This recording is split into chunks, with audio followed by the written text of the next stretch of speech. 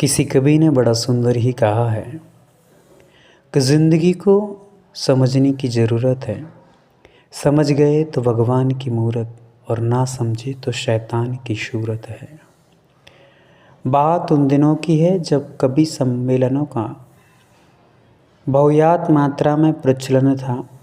नगर नगर, शहर शहर और गांव गांव में कवि सम्मेलन हुआ करते थे।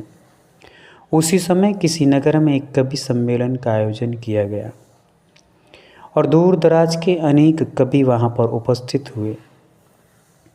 उन कवियों में एक विश्व प्रसिद्ध फेमस जो अद्भुत शब्दों का जादूगर था, ऐसा कवि वहाँ पर उपस्थित हुआ।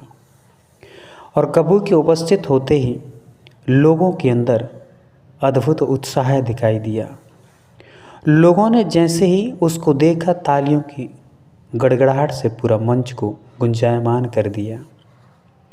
जब उस कवि का नाम कविता बोलने के लिए अनाउंस किया गया और कवि जैसे ही मंच के पास आकर खड़ा हुआ, कुछ बोल ना पाया, उससे पहले ही लोगों ने तालियां बजा करके उसका बहुत ही अच्छा सम्मान किया।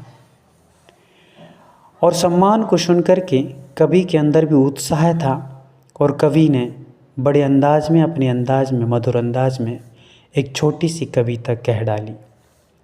कविता को सुनते ही मान के चलिए कि पूरे पांडाल के लोग खड़े होकर के तालियां बजाने लगे और तालियों का दौर रुकने को ही ना था। बड़े बामुश्किल से कवि ने उन लोगों को रोका कि रुकिए और अगली कविता को सुनिए।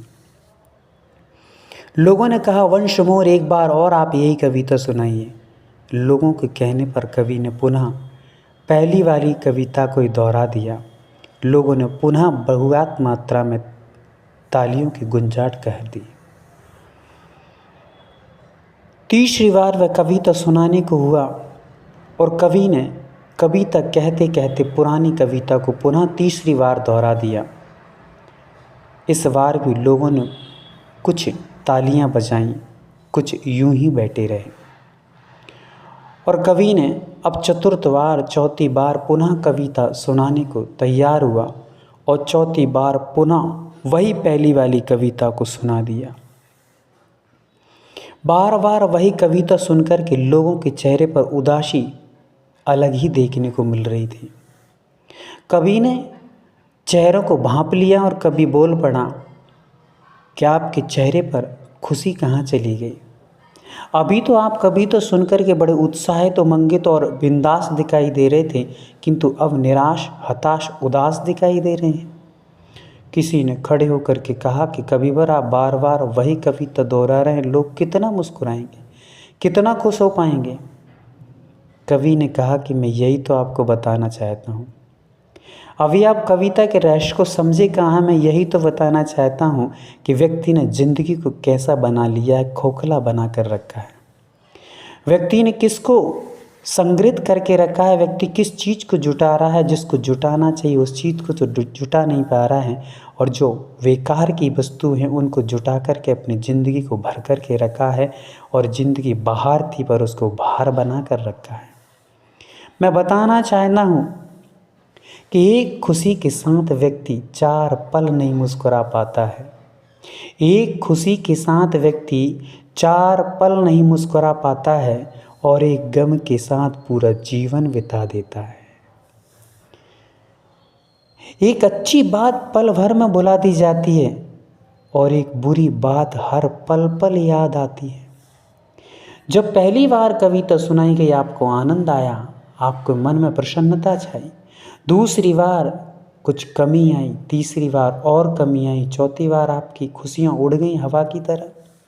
पर यदि आपको मंच से कोई गाली दे देता तो वह गाली आपको यहाँ नहीं, वहाँ नहीं, जीवन भर की हर क्षण क्षण में आपको याद आती। आपके मरते दम तक श्वास जब तक रुक नहीं जाती, थम नहीं जाती, तब तक आपको वह बात याद रहती, किंतु हजारों अच्छी बातें जो कही गई जीवन में वो आपको याद नहीं रहती। ये प्यारी सी छोटी सी घटना हमें अपने जीवन जीने का ढंग सिखाती है। इस घटना से हमें यही शिक्षा लेना चाहिए कि जो पूर्व में घटित हो चुका है जो व्यतीत हो चुका है, जो बीत चुका है, उसे हमें भूल जाना चाहिए। हम पुरानी घटनाओं को, पुरानी बुराइयों को, पुरानी झगड़ों को, पुरानी लड़ाइयों को लेकर के बैठे रहते हैं, अथवा हम लोग पूर्व में जो घटना घटित हो चुकी हैं, जो दुख, दर्द और पीड़ा परेशानी देने वाली हैं, उनको हमेशा ढोते रहते हैं, उनको संग्रहित करते रहते हैं, उनको याद करते रहते हैं।